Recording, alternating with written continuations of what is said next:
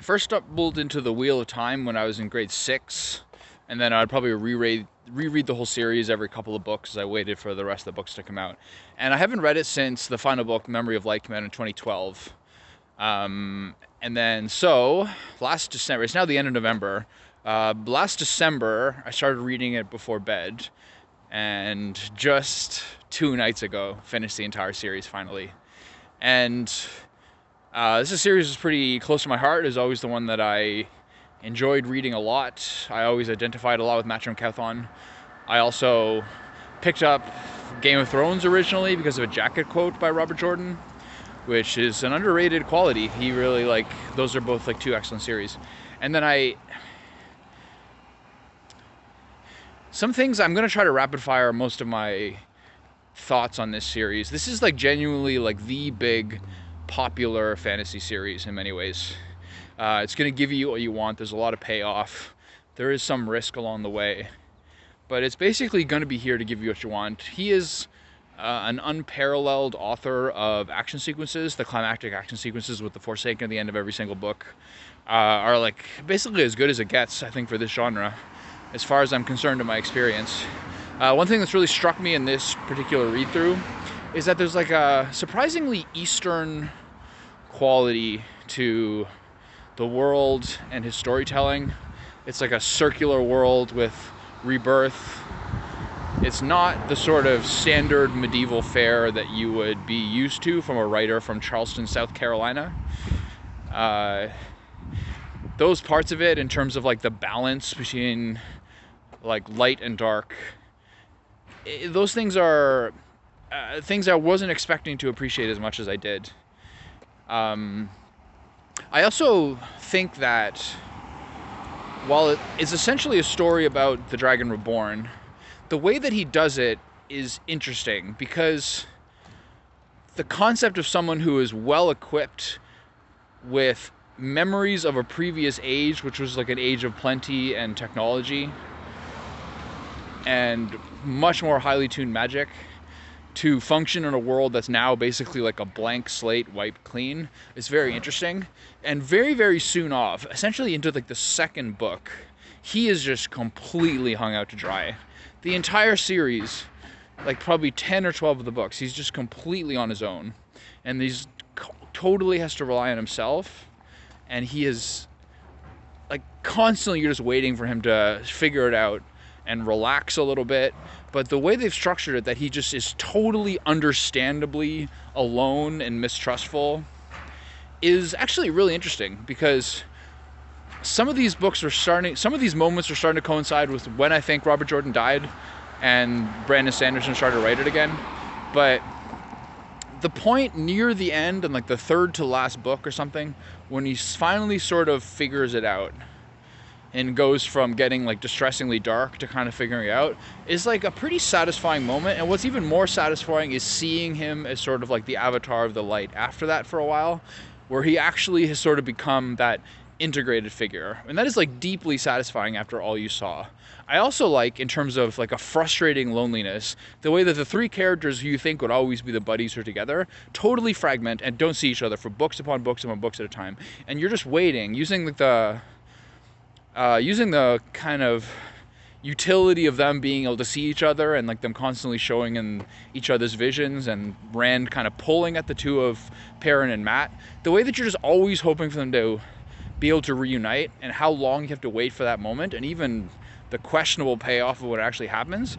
It's it's a pretty interesting way of doing it, honestly, and it always is sort of essentially a similarity to a will they won't they relationship that you would have in something that's a little more romantic.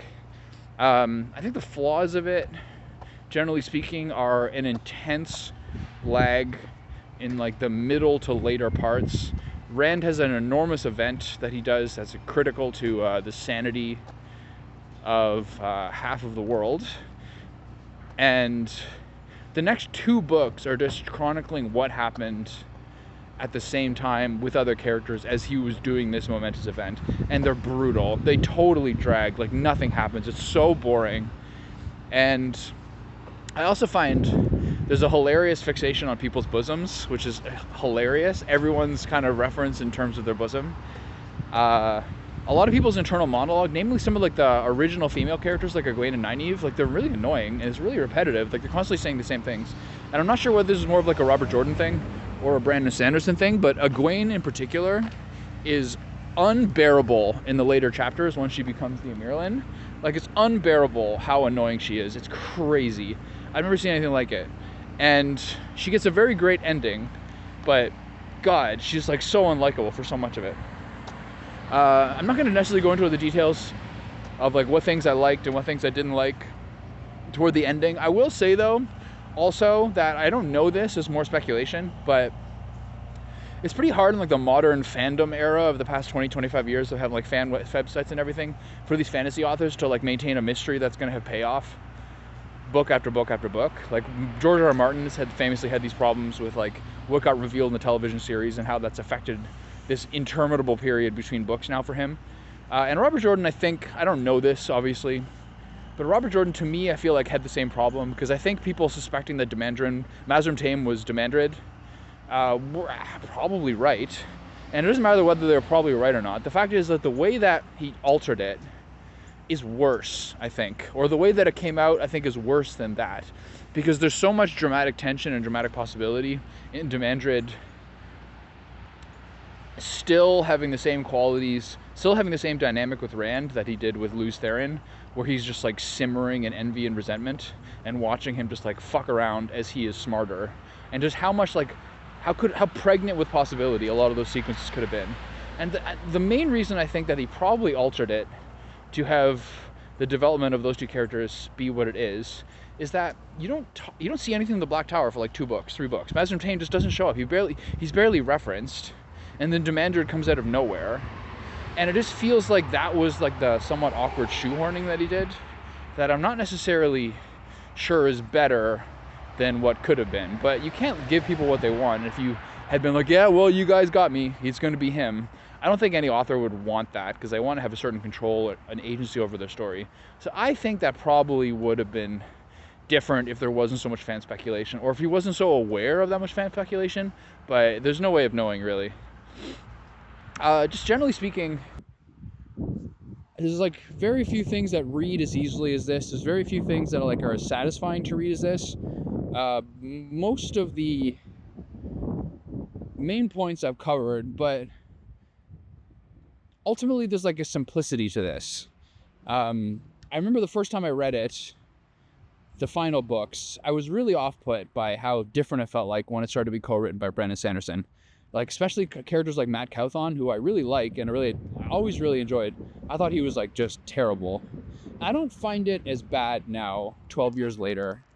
But I will say, like, Robert Jordan went to Vietnam. He was like educated at the Citadel. He was like an old-fashioned dude who lived in Charleston. And Brandon Sanderson grew up in like Nebraska and writes in Utah and has only ever done fantasy writing, eats mac and cheese, and plays Magic the Gathering. You know what I mean? And I don't really mean to be a dick, but you can kind of see by the way they write people's internal monologues, or the way they write differently, you can start to see the difference in the amount of life lived besides just writing fantasy novels between the two of them. There's like a gravitas or like something. There's the gravitas or like a lived experience in the way Jordan wrote, even if he can be quite repetitive to fill up 15 books or whatever it is. So there is some different there, but I don't find it as bad as I thought the first time I read it, which was somewhat more jarring. I'm sure I was much more protective of the legacy 12 years ago as the books were ending. The final book is a race through everything, for better or for worse. Some people get more time in the ending than others, but largely speaking, it's incredibly action-packed in the Memory of Light, and you get to a point where there's like enough devastation. The general structure that has happened throughout the entire book series of the worlds of light and dark at war, and the outcomes of those war along the way being roughly reflected by the ways that Rand and Ishamael, or Rand and the Dark One, are dueling, being sort of like the larger war being emblematic of the personal war between the two as essentially the avatars, continues to be effective. And then the final chapter, which was written by Robert Jordan before he died, is still kind of brings a tear to the eye a little bit. And the way that he always framed the beginning and this like natural harmony and this cyclical nature of life gets an additional bit of impact considering what happened to him as he wrote it. So, man, I hope to read it again a couple of times in my life. Yes, it took a year, but I can't complain, man. It's like something I've always loved and always will. And it's like truly a quick, fast pleasure to burn through. Okay, bye.